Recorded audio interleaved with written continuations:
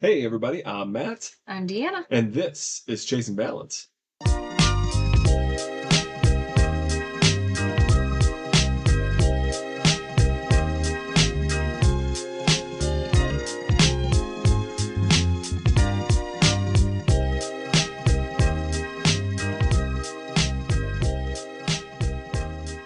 Okay, sorry we missed you a few weeks. I missed you a little bit more. Deanna was the solo queen over here doing an episode all by herself, and she got comments and views and all that stuff. So, congratulations to you. I tried. That was the weekend before that. I had a horrible toothache, and then it moved to my face, and my face got swollen. And then I got behind on work because I was the Stay Puft Marshmallow Man face and pain And allergies were on top of and that. allergies. So I had to take some time off of the podcast and get kind of caught up and I guess recentered. So Yeah. since then, we've had a lot of different things going on. As you can tell probably on the camera, if you're watching us on YouTube or watching any of our shorts, you can see that we are nice and tan. Yeah, it's So glorious. we have The sun has come out. Yep, we have some good weather, but that also means that school's out for summer. Yep. One At kid least for one down. kid. Yeah. Two more to go. Their last day's tomorrow. Yep. But also June is our busiest month out of the year. It Yes. is crazy busy with two birthdays, Father's Day, all of the school end of the year bullshit that they throw in. Parties, picnics, Fields Day, Cedar Yeah. Point, all that stuff. Yeah. Yep. And then yeah, so we're surviving barely. Concerts, graduations for kindergartners. That was cute. I like that. Yeah. So this episode, since school's out for summer, did you want to try to sing it better than I did? No. Okay. I think you We could did a like great job. harmonize it together. Yeah. Ready? Okay.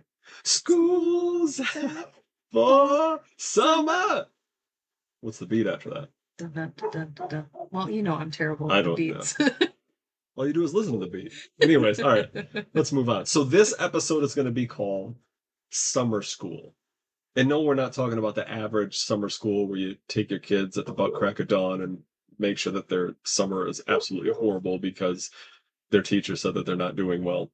Right. This is more so along the lines of beating that summer slide where our kids can keep learning over the summer break. And we're going to share our approach on what we did. Now, we haven't done this for years. We started doing it last year. Yeah, we probably started doing it during the pandemic. Oh, like right. when everything was locked down, and then we kind of, since at that point in time, after everything opened up and everybody was back in school, you and I both were working from home. Yep. And we adapted it after that point. So it might be year 3. Yeah. My memory is horrible, so I thought last year was the first year, but maybe last year was the first year that really made a huge impact on them. I think so, because we had a different approach last year than we did prior. Yeah, so what we did is we required them that when they woke up in the morning, that they did at least, X amount of pages or a certain amount of assignments of schoolwork that they needed to work on, whether it was reading or math. They did that. And then after that, we told them that they had to do an hour of something that they loved. So they couldn't jump straight into electronics. And that meant whether it's go play baseball, whether it's go for a ride on your bike, whether it's painting, coloring, designing something, making music. Instrument. Right. Yep. Yeah. So that's what we did. So that's how we kind of beat their brain turning into mush during the summer. The emphasis of this show or this topic, this podcast, is the importance of maintaining the academic engagement during summer to prevent learning loss. And we did do our research, so we do have a few, snippets that we can put into the show notes showing that we aren't wrong on this. But sometimes we are, but yeah, sometimes we are. And sometimes it might be a one-off and it only works on, 3 out of 5 kids. I'm not sure. But it's worked on our 3. And we've even had And I think that's why it snuck up on me, or it stuck out to me more, is because Braden's teacher noticed it within the first week of school Yeah. with She was math. yeah, she was definitely just she came to us and was like, "What did you guys do? Like, Yeah, this is awesome." yeah, Like, we barely have to do any recap with him, which was awesome, and then it kinda set the tone for the rest of the year for him, um, yeah. because while everybody else was, in Braden's school specifically, they branch out in different groups. So they have clusters, because it's a Montessori base, so it's multi, age. So it's, 3rd, 4th that he's in, and they branch off into mini groups. So one teacher will take the advanced learners in that subject, and then the other teachers will take the learners that are in that in their right spot, and On then guide pace. them, yes, Yeah. on pace, and guide them and teach them that way. And then throughout the year, some students will kind of gravitate into different groups, Uh-huh. but with Braden specifically, she was like, I didn't have to do any recap with him. He was above where he's supposed to be. Like, this is awesome. Great job. So yeah, so let's talk about, um what we did for them each, right? And then we can kind of go into the summer loss, the summer learning loss, and the structures of the routine, right? Like, Hmm. so for Max, yes, last year he was, we'll start with the youngest. So Max was 3. Yep. So what did you decide? And Deanna planned all this out. I helped implement it, but she planned all of it out. So I what did you mean, decide for Max at 3 years old? one of us has to be the micromanager. That's true. So with Max, because he was 3 going into 4 or turning 4, and in a pre-K, I really focused on motor skills. Okay. So we did a lot of stuff that was like fine motor. So like we focused on scissors, holding pencils, a lot of drawing, a lot of coloring. But then also he works best with manipulatives. So we used a lot of like Play-Doh and beads and like Oh, right. sorting out popsicle sticks, that kind of stuff. Yeah. And we focused on numbers. He thrives in that area. He's very mathematical based. Yeah. So I tried my hardest not to focus on that side of things And for as the much. hand thing, the hand-eye coordination, Yeah. we also got the dry eraser tracing books. Yes. So you tried to obviously stay in the lines, exactly on the line, to trace that line, to Yeah. work on those fine motor skills, to try to do that, cutting out the paper, like you said, uh, uh, the craft kits that you bought Hmm. them. And then you also helped work on the letters with them when we had those popsicle sticks Yes. or the ice cream or whatever it was. He doesn't like the alphabet. I don't feel like he really aligns with that. You don't need to use the alphabet. Nobody uses that. He that is one of the main things that he doesn't. It's not his thing. Yeah. It's okay. I get it. But I tried my hardest to do that as well with letters and matching up the large and the small letter with popsicle sticks or different other sorts of manipulatives and that kind of stuff. And then he also is very nature based. So I we did a lot of I think we did the butterfly thing for him. Like got the caterpillars I'll grew them into and yeah, butterflies. grew Yep. them into butterflies. Yep. So we kind of brought in science into it. Um, but yeah, he was good. His was pretty easy and straightforward. Um, so then, but for Braden, we got some books that were like summer activity books, and it like focused on um, all the categories, all of the art, uh, English, math, social studies, science, all of those areas, and it was just like one big book. We got it on Amazon. I feel like he focused mostly on math. So that was the thing. With Braden, like we started off with, okay, after you get up, you wake up, you have your breakfast, you kind of wake up, then you guys have to do your hour. And with him, we started off with, okay, do X amount of pages, and then we will go from there. He didn't like that approach. He would cry every morning. Yeah. So then it shifted into, well, what do you want to focus on? Mhm. What's the one thing that you want to focus on this summer? And he said math. And I said, okay, we'll do math. We'll focus on math. And then I also had him do spelling because he doesn't believe that that's necessary, but it's an area that he does need to work at. So we still had a little bit of push and pull in that regard, but But also like what he worked on during the summer, yeah. like math, Mhm. he excelled at in school. Mhm. And then during the school year, he could work on things that weren't necessarily his forte, like his spelling tests. Yeah. Right. Um, yes, and writing. He does not like writing. And his teacher did, after she gave me that amazing compliment that he's excelling in math, she did say, or mention that, it's going to take a village with his writing. Hey, you know what? Which We is don't need we facts. don't need negatives with the positives. Just give I us mean, positives. it was 100% This is a Montessori school. accurate. You don't talk bad about my kid. No, they had every right to. But no, at the end of the year, he's writing a lot better. They Yeah. did work on it with him and encouraged him, and he's doing a lot better. And Preston was the easiest. Yeah, he pretty much just he was there and present and did his work and Yeah, he knew dipped what out. needed to be done, and then he did it. Yeah.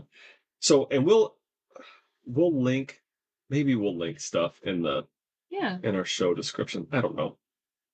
We could. I mean, we used a lot of things, and I mean, we didn't go balls to the wall. I stayed within a budget. It wasn't like super expensive by Yeah. any means in what we purchased. And we're not sponsored by any of Yeah, these or get affiliate monies for them or anything like that. So yeah. it's what worked for Nobody pays us. us. No, nobody does. No. So understanding, so we're gonna move on. So that's what we did. Now, and feel free to send us a message or anything like that. Text us, send us an email, or hit us up on social if you don't have any questions about how we went about putting the schedule together. But really, really, the structure of it was no electronics when you wake up. You're obviously allowed to wake up, have your breakfast, get your good stretches in, whatever you want to do, and then do a couple pages of your assignments or homeworks or books or whatever it was, and then work on something that you love for an hour. And by then it was probably, I don't know, 9, 10 o'clock. And then they could, they typically would play like 20 minutes of a video game and then go outside because their friends would come over.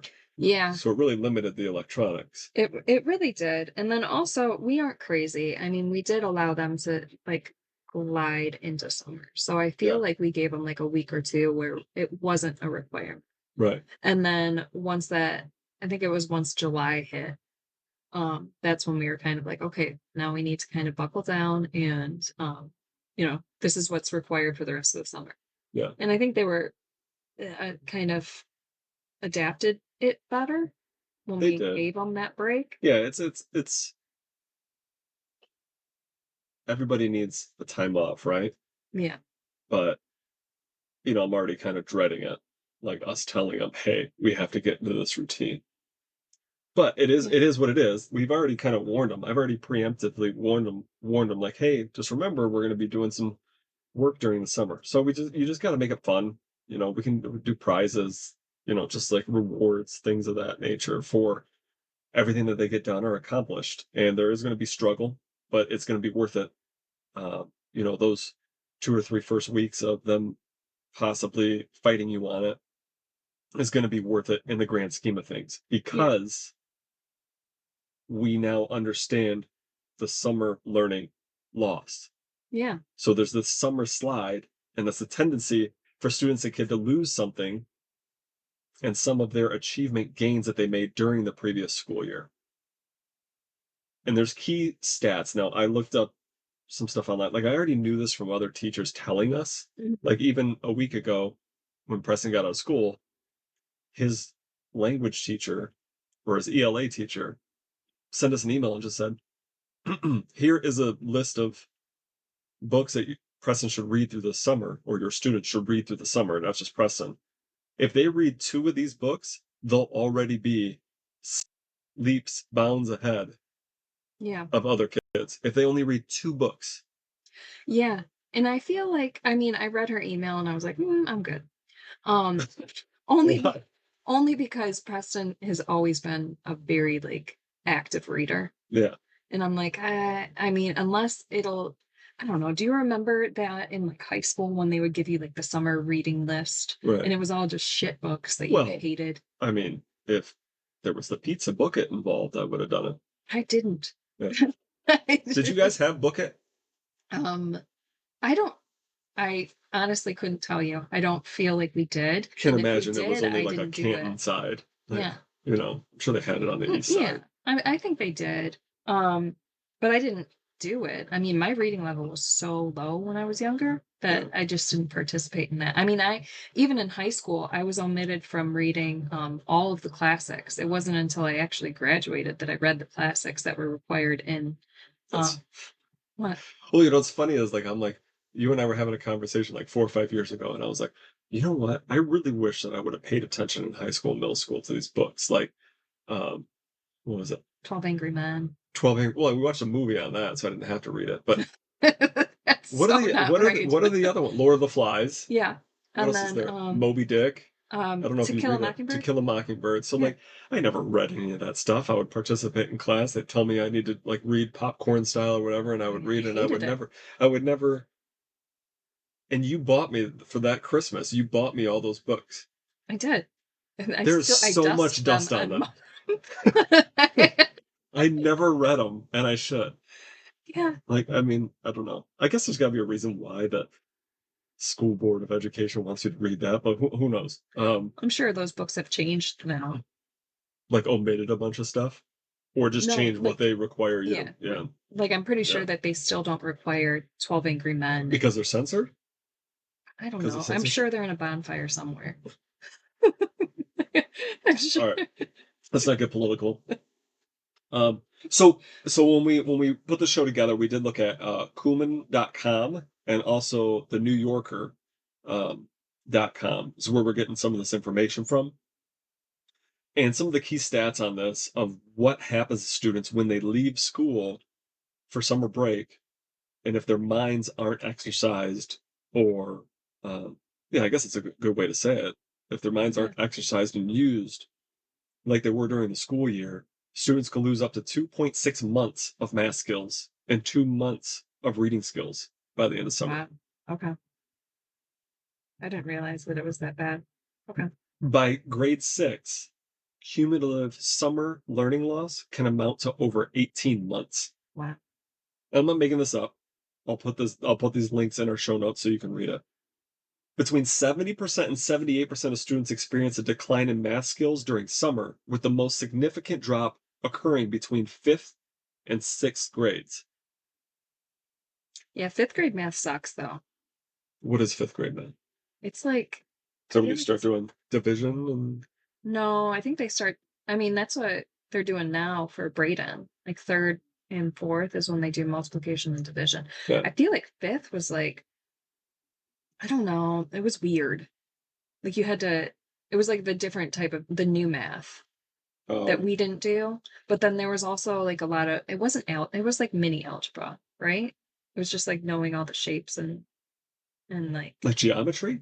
no, I just remember helping Preston and being like, bro, I So, can't. and that's the thing. Like, and you when I say this stuff or when we read this stuff, and I put it in the show, and we're talking about it now, we say 2.5 months, 2.6 months. There's no way that someone's going to lose that much math skills. Or between 70 and 78% of students experience a decline in their math skills. Um, or some summer learning loss can amount to 18 months. And you think, how can that be? They're only out of school for 2 or 3 months. But if you put yourself back in shoes when your kid comes home with homework Hmm. and they're like, Dad, Mom, I need help. And you have to walk away for a second, like, how do you do this again? And then you figure it out again and Yeah. it comes back to you. But I can see it. And we're, in our 30s and 40s. And we forget that stuff. So I'm sure for a kid that has a million things going on in their mind, Yeah. it's easy to lose Oh that. yeah. I believe it. Now, students can lose up to 40% of a school year's learning over summer break. 40%. And I guess that's why they probably do all those Recap. It's like recaps in the a month and a beginning half of recap. and Yeah. then they do the test, right? They usually Hmm. do a test to see what they where they're at. Yeah, what they retained. Yeah. So just to highlight, the biggest thing is that math skills tend to decline more than reading skills during the summer. And this is off of the New Yorker. And that's really what we focused on with Braden. Yeah. And that is really what shined through in his teacher's eyes. Yeah. And I mean, Preston did a mix. He did like a Mod Podge of everything. He just took, he, no, I think that he focused on history Mhm. because he was super into that. Yeah. So I got him a whole book of like all the things that you need to know about history and Like the wars and stuff yeah. like that. Yeah. So and it was like more comprehensive, and then it also offered like quizzes and that kind of stuff to test your comprehension of what you've like retained and stuff. Mhm. Um, but he was really into that. But he didn't really have a decline in his math based off of No, his testing scores. he's always been analytical like that. Yeah, So, I really wanted to focus on like life skills because I feel like like street smarts. yes, Yeah. I feel like That's why you give him a war book. If you ever find yourself in Nazi Germany, this it's is how to what get you do. yourself out. So there are benefits of a structured summer routine. Maintaining the routine with academic activities keeps the children's mind sharp and ready for when they go back to school. And I know that's kind of shitty to say and think about, like as soon as they get out for summer break, you're already trying to get them ready to go back into school. And no, there's some summers, don't get me wrong, there's some summers where I am just like, man, I wish that they could stay home for longer. Like it's just so enjoyable. It And is. and there's some summers where I'm like, okay, I'm ready for them to go back to Yeah. school. So that's yeah, that's not what we're saying. We're not saying that we are doing this so we can get them back into school and we hate that they have summers off. We're saying doing this consistently and having a schedule will get them ready, their brains ready, keep them sharp and still in the same mindset of being open to learning. Yeah. And it'll make that transition back into the school year a lot easier for them. Yeah. And it'll be like, oh, I just feel like there was so much before we started doing this. I feel like there was so much tension and so much pressure when they would go back Mhm. that it wasn't enjoyable for like a good month or so because they were doing all those recaps and they were, not really thriving the way that they should have Right. because it was all information that they had to recall Yeah. from months and months and months ago. Yeah, they had to relearn what they learned the last 3 or 4 months of school. Yeah. So I think that the last few years that we've done it's made the transition back to the school year a lot better. Also, our kids thrive on routine and structure. Mhm. And once after we give them that little break in the beginning of the summer and we get back at it and they have a routine and they know what to expect, I feel like they just are a lot better. Like everything is a little bit more harmonious. And that's why by towards the end of summer, we kind of don't want them to go because now we're a well-oiled machine. That's the one thing that's on here too. Is the next thing is the emotional and behavior benefits of it, like having a schedule, Hmm. not just with school, whether you choose to do this schoolwork or not during the summer. Having a schedule during the summer really helps out, Yeah, and I don't know if that's because they use less electronics, because if they wake up and they just put an electronic in their face right away for yeah, 2 or 3 hours, they are they have horrible attitudes. yeah, They're probably hungry and angry, hangry because they didn't eat because they've exactly. been on the switch. That's And how I am when I go straight to work. yeah, You know, I don't want to do it. Gross. so that like that structure of us having that time, I think, did benefit with the behavior issues that we would typically have during the summer. Now we'll see with Max. Max will be a guinea pig. We'll see how he works out for this coming summer. Um, Yeah, he's a different breed of human. It'll be interesting. yeah, and that It's kind of very wild. yeah, he's feral. We might just not have him do it. I feel like instead of doing like street smarts with him, I feel like we have to like domesticate. Yeah, just bring him in and pet him a little bit. Yeah. Um, put your hand by his food, make sure he doesn't bite you. Long term academic success, which we can't see long term right now. I don't think, a school year of what is it, 9 months, 10 months is really long term. But I Mhm. can say the biggest improvement. I mean, Preston is a straight A student. It's 4.0. He was on the honor, so that was great. Once again, that's one thing that happened between our episodes of Yeah. but yeah, Preston got on the honor roll, and he was presented an award at for his middle school, his Not accomplishments. Yeah, not just on the honor he was on the honor roll consecutively throughout the entire Yes, year. So all he four quarters. maintained Yep. a 4.0 for the entire year. Yeah. So long term, we see that with Preston. It's kind of hard to judge because Preston he's the oldest. He's always been great at academics. Now, Braden, I think that is where we saw the biggest improvement because before this year, every single night he didn't want to go to school. Every single morning he didn't want to go to school. Yeah, And this current year, he's been, I don't want to say excited, but has a more positive accepting. attitude. Yeah, and accepting that he's going to school and he's actually trying to learn new things and he's kind of being competitive with his friends at stuff. Yeah. Um, not sports, but actual education. He's being competitive with. Yeah. And And then him he wanting to do spelling tests. Yeah, and his teachers did shift.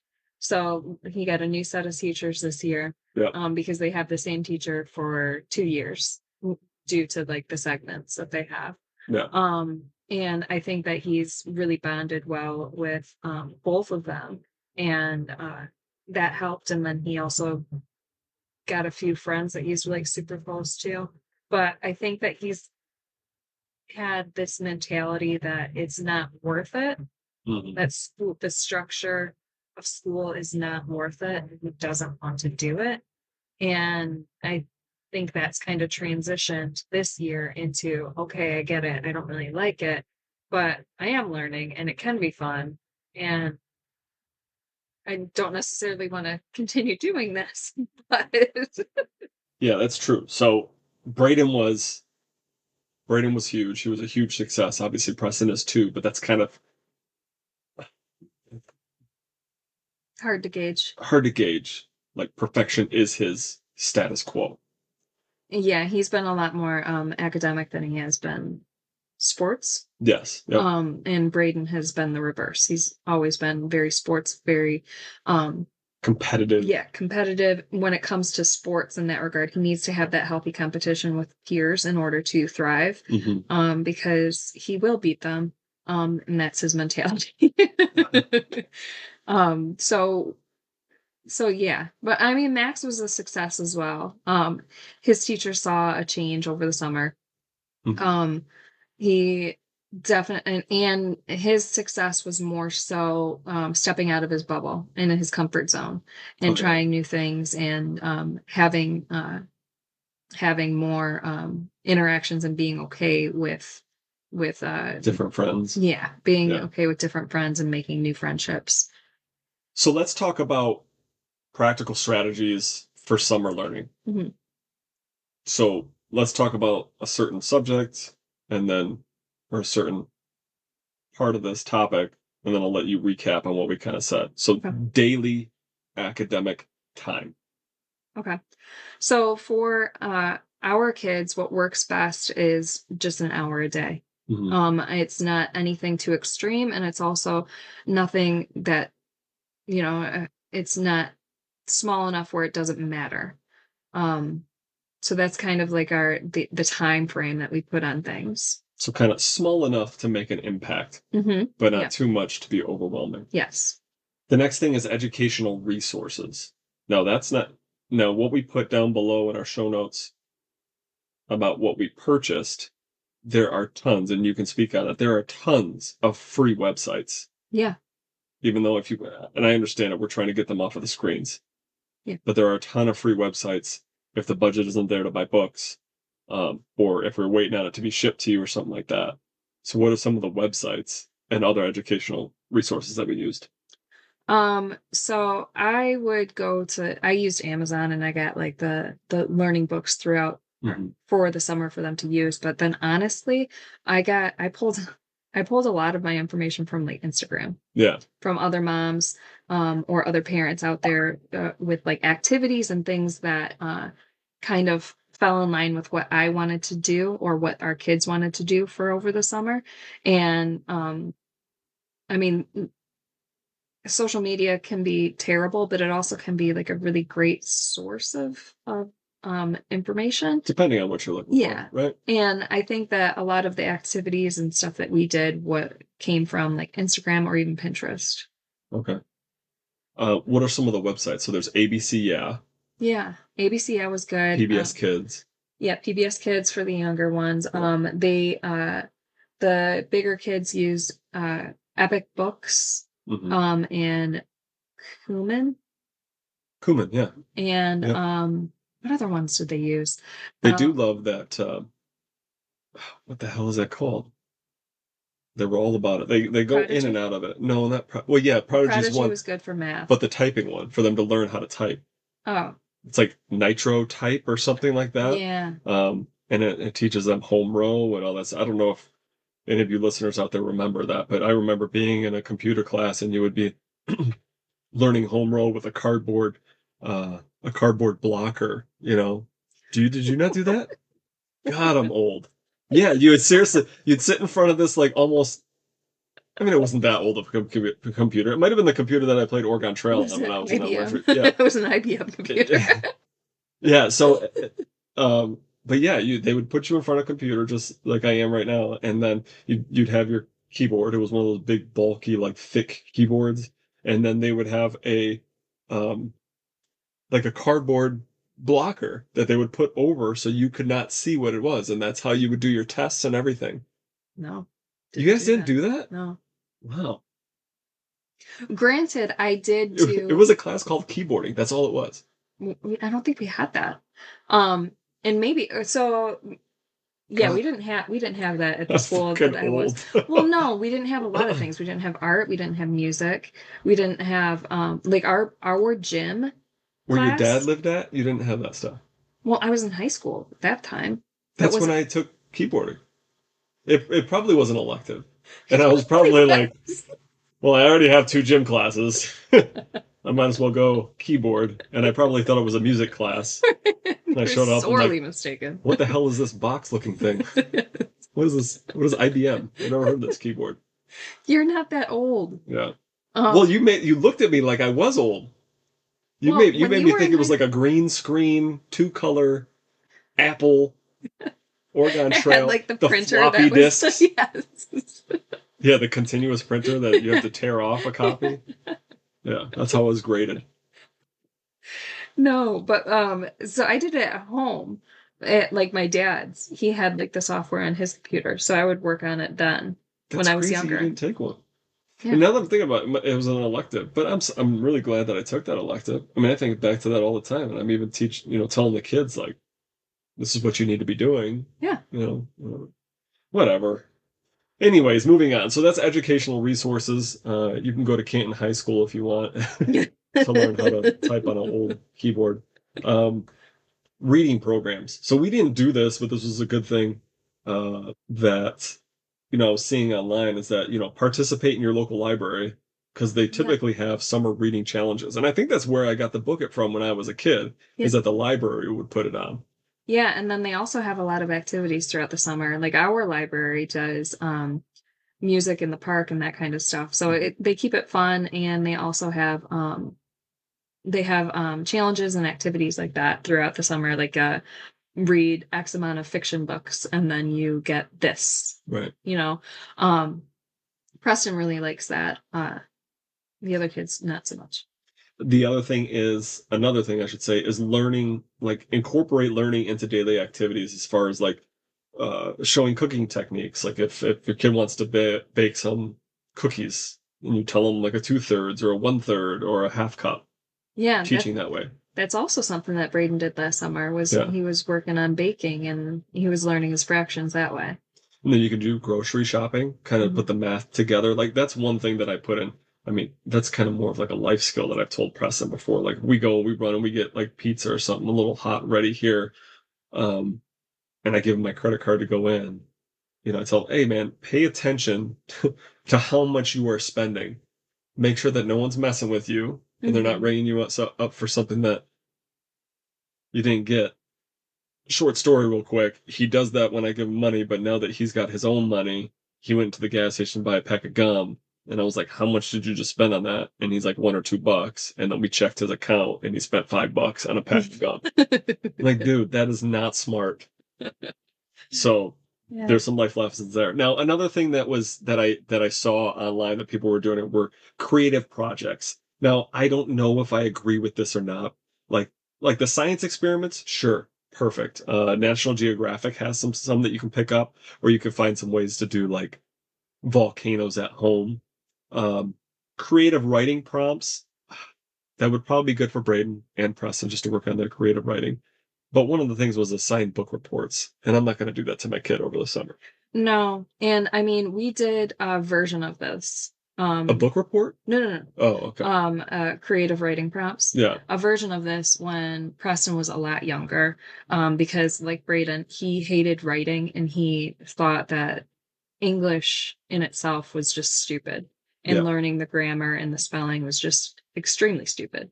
So what we would do, Preston and I had a notebook, and I would write him a note and then I would pass it off to him, and then it was kind of just like a journal between the two of us. I Um, don't and remember that. and it was super secret. Nobody knew. I guess so. It was just between the two of us, and then we would talk about anything and everything. Yeah. And but I mean, the educational goal there was to get him used to writing and controlling the size of his writing, but then also working on the spelling of his words. Hmm. Um, and also it was fun. It wasn't something that he uh necessarily hated doing. Yeah. And It was more of a game. It was more yeah. fun. And it was something special that he shared between just the two of us. You were perfect with these segues today, I'm telling you, because the next thing is addressing the challenges and staying motivated. Mm, Look at that. yeah. It's almost like we wrote the show. Yeah, Like it's you know where it's going. crazy. It's So, crazy. so being real, there's going to be challenges. We already Yeah. said it, right? There's going to be challenges. Kids are going to fight back. You just got to stay motivated with it. You have to stick with it. Kind of just like potty training, right? You have to stick with it That phase. and just, there's going to be common obstacles that every single parent deals with. There's going to be resistance from your child, and we just have to find the balance between the learning and the fun, Mhm. right? Offer incentives or rewards for completing an academic task or an academic week. Um, whether it's going to the ice cream parlor, whether it's going to, that just sounded old, whether it's going to the ice cream shop, um, whether it's going, out to eat for, each week, a different kid gets to pick what they want for what? I'm just thinking about ice cream parlor. Ice cream parlor? We'll take them to the barber shop. But I Um, mean, even on top of that, like if you don't want to do the reward system, and like if you're doing this and it's not working and it's causing a lot more drama than necessary, yeah, then like what we did with Braden, I just asked him what he wanted to learn. Like, what do you want to focus on? that is another perfect segue, Deanna. Do you have the script in front of you? Allow children to have input in what they want to learn. Yeah, because I mean, it's hard enough to get them to do it on a consistent basis in the summer, but once they have control over it, like they don't typically have in class because they're being told, this is what we're learning, this is what we're doing, blah blah blah. Giving them that freedom allows them to have a little bit more of that control, and they'll put their best foot forward, I think. Now, I will say this. I was thinking about telling Preston this the other day or asking, like, hey, what do you want to focus on this summer? And I think that's actually I think that could be a bad thing for him because he's older, he's wiser, he's smarter now. So he could pick something that he knows is going to be easy that won't challenge him. And then again, like we can't go back and look at his grades and say, okay, well, he struggled in this and this. He had a 4.0. So like we can't really pick something off of a negative. Yeah. So we Yeah. just got to kind of go like a broad thing over what they're going to be learning next year. Yeah. And I mean, with him, my approach, I was thinking that my approach would be like, okay, out of everything that you did over the school year, like what was the most taxing on you, and that what was the area that you really had to really focus in on Yeah. and try your hardest. I know that you did great, but what did you struggle in? And then maybe go from there. But Mhm. he's already said that his big thing that he wants to focus on this year or this summer is learning that trumpet solo from that one song. Oh, okay. Um, so I mean, if he does that, that'd be awesome. Yeah. Um, so allowing your children to choose their learning activities. Obviously, Preston wants to do, like you just said, Preston wants to learn that trumpet solo. He wants to become better at playing the trumpet for band. There's going to be some other things, obviously, like academics, not just the extracurricular things like band. And then we also talked about mixing academic tasks with enjoyable activities, making a volcano, science projects, science experiments, Mhm. baking a cake, cookies, whatever, whatever else it is. If you're doing a home project, maybe allow them to measure something for you. If you're trying to, cut a piece of wood, trim, whatever it is, measure it for you. Um, Even just everyday like tasks. I mean, I let the kids paint the Life swing skills. set. That Yeah. That was that turned into a a nightmare, but hey, bold move. yeah. Um, so Glue was everywhere. and then you got to we are emphasize to the kids that we are there for them, right? Like there needs to be parental involvement from us, but we're also there to be encouraging. And if a kid Mhm. gets overwhelmed, I think just like with Braden, we just kind of like, dude, we're not doing this right now. You come back Yeah. when Take a you're break. ready, when Walk you away. calm down. Yeah, Yep. take a walk around the house, take a walk around the block. As long as your face isn't electronics, you are going to do the schoolwork today whenever you're ready to do it. Yeah. And that seemed to calm him down. Yeah, for the So, most part. recapping, just kind of going through our notes here. We have to first understand the summer learning loss. And that is students lose up to 2.6 months of math skills and 2 months of reading, if not greater than that. Hmm. Understanding that there is benefits to a structured summer routine. Whether you're doing the summer school, homeschool, learning books, or not choosing to do that, just having a structure, just like you do during the school year at appropriate bedtimes, appropriate breakfast times, lunch, dinner, all that stuff. Having that structure is going to do wonders for you and your child to enjoy your summer. We shared practical strategies for summer learning, like the academic times, like how we, what we choose as far as, like an hour is our kids' time limit. Like Yeah. over that, they'll kind of fall apart or they'll push us back more. We shared some educational resources, talked about the reading programs that the libraries, mostly local libraries, will offer. And then we addressed common challenges and we just got to stay motivated. Hmm. Um, I will say, I'm sorry, onto no, that go note. ahead. The library thing, I use Libby a lot, which is an app where you can like download, you can request and borrow books through it Oh, yeah. on your Kindle, and Mhm. you can read it through there. Um, this year Preston got a Kindle for Christmas or Mhm. his birthday, one of the two. And he's really enjoyed it too. So obviously his Kindle is like on a kid's Kindle or whatever. I use Libby. He says that he wants to read a book. I use Libby. I request it and then I give it to him through the Kindle. Mhm. And just throwing that out there in case anybody, I might have been the last person to be aware of Libby. I felt like I was. No, it's a good In case resource, and you anybody get them, else. and you said that you can get them for free from the library if Yeah. it's available, Yeah. or If you it's go on a wait available. list, Yeah. and you can get Kindle Unlimited too, Yeah. right? And that allows you to Share. share and rent books as much as you want, right? Yeah. As long as they're available on Kindle Unlimited, which Preston's comic book Pototo, Poetoe, is on Kindle Unlimited. If you want to download that, it is free with the Kindle Unlimited subscription. And it's So, very cool. resources for further reading. Parents, if you want to learn about this, the summer slide, and so we're not just making this all up. The National Summer Learning Association that talks about it. The Scholastics parents talk about the summer slide with learning and reading, and then Kuhlman on summer learning loss. They also have that as well. You can read more information on that, so you can see that we're not just blowing smoke. Um, Feel free to hit us up if you have any questions. We will try to list all of the resources that we found in here, the links, as well as some of the stuff that we purchased last year to help the kids out during the summer, as far as books. And it'll range anywhere from our 3-year-old then to our 12-year-old. Yeah. So you should be kind of there in a good fit. And if you have any ideas, if this is something that you already do and you implement in your family and you've been doing it for a while and you have some ideas to share, we would love them. Yeah, absolutely. Because obviously we haven't shopped yet. we haven't. Tomorrow's the last day of school. Yeah, exactly.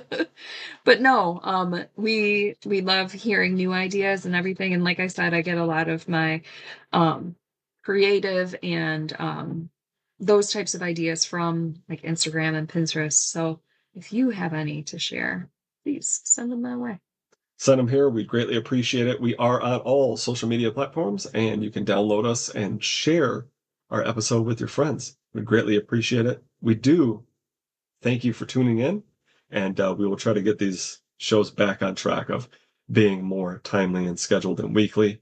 Um, we'll try, unless my tooth acts up again or something. We're going to give it a good college try this summer. Yeah. So thank you for listening. I'm Matt. I'm Deanna. And this is Chasing Balance. Real life parenting, one conversation at a time. We'll see you guys later. Bye.